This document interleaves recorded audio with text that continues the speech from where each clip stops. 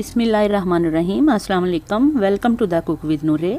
आज हम आपको लाहौरी मटन कढ़ाई, जो कि बट कढ़ाई वालों की बहुत ही फेमस और ऑथेंटिक रेसिपी है, घर में बनाना सिखा रहे हैं। बट मटन कढ़ाई, तो वीडियो एंड तक ज़रूर देखिएगा और इस ईद पे इसको लाजमी ट्राई कीजिएगा।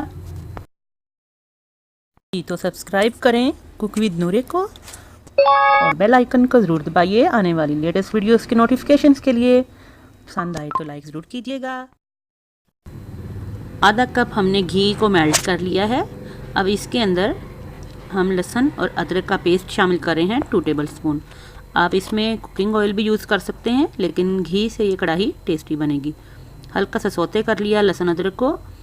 अब हम रांद का गोश्त छोटे छोटे टुकड़े करवाए हुए हैं हमने।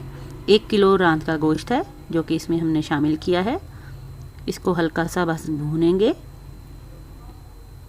थोड़ा सा इसका कलर चेंज हो जाएगा तो आंच हम अपनी स्लो कर देंगे। अभी हमारी आंच जो है मीडियम टू हाई फ्लेम पे है।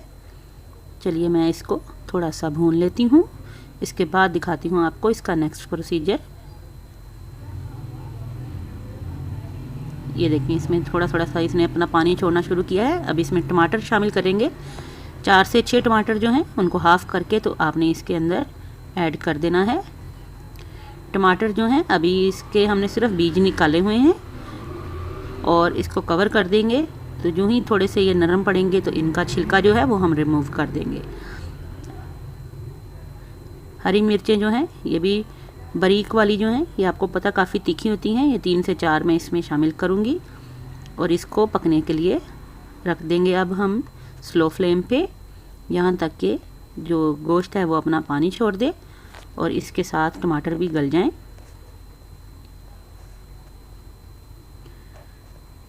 कवर कर देंगे इसको थोड़ी देर के लिए।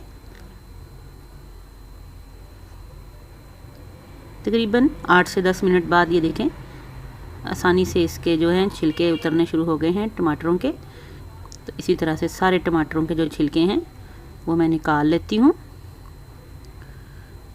बहुत ही इजी और बहुत ही मज़े की थोड़ी डिफरेंट रेसिपी होती है ये। इस तरह से सारे टमाटरों के छिलके निकाल लिए मैंने। अब इसको कवर करके 1 गिलास पानी डाल के इसको मज़ीद पकने देंगे।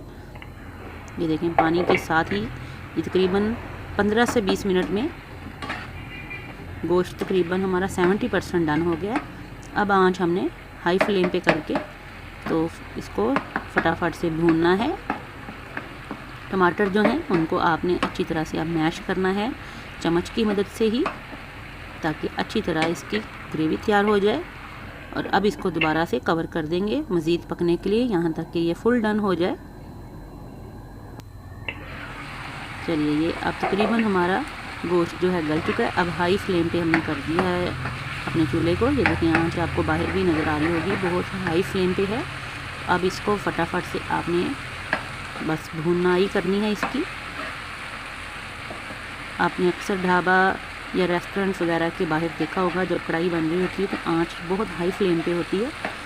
तो इसको भूनते वक्त आपने आंच जो है वो बहुत हाई फ्लेम पे रखनी है और लगातार आपने चम्मच से इसको मिक्स करते जाना है, ताकि गोश्त भी जो है हमारा वो भी भून जाए और हमारा जो मसाला है वो भी अच्छी तरह से तैयार हो जाए। थोड़ा सा हरी मिर्चें और धनिया इसमें अभी शामिल कर रही हूँ मैं।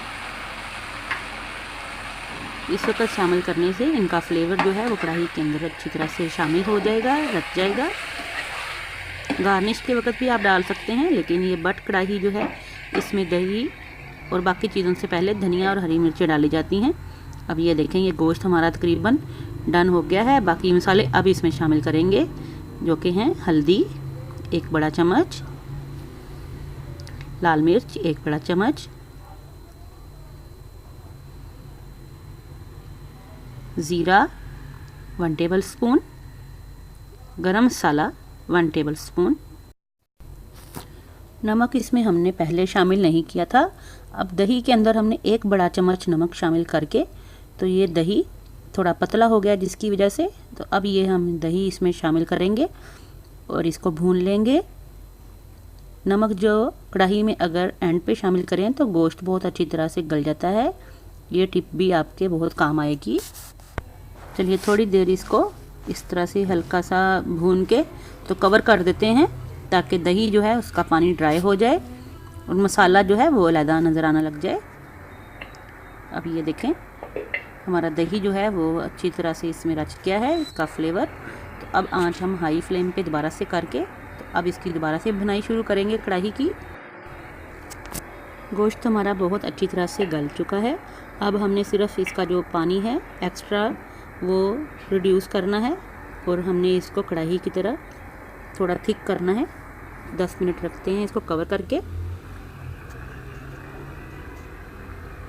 बहुत ही माशाल्लाह से शानदार हमारी कढ़ाई तैयार हुई है। आप देख सकते हैं इसका कलर, और गोश्त भी बहुत अच्छा नरम और खुशबूदार जायकेदार। तो ज़रूर ट्राई कीजिएगा इस ईद पे और कमेंट्स में बताइएगा कि आपने इसको ट्राई किया तो कैसी बनी आपकी ये रेसिपी। दुआओं में याद रखिएगा। फिर हाज़िर होंगे। अल्लाह हाफिज़।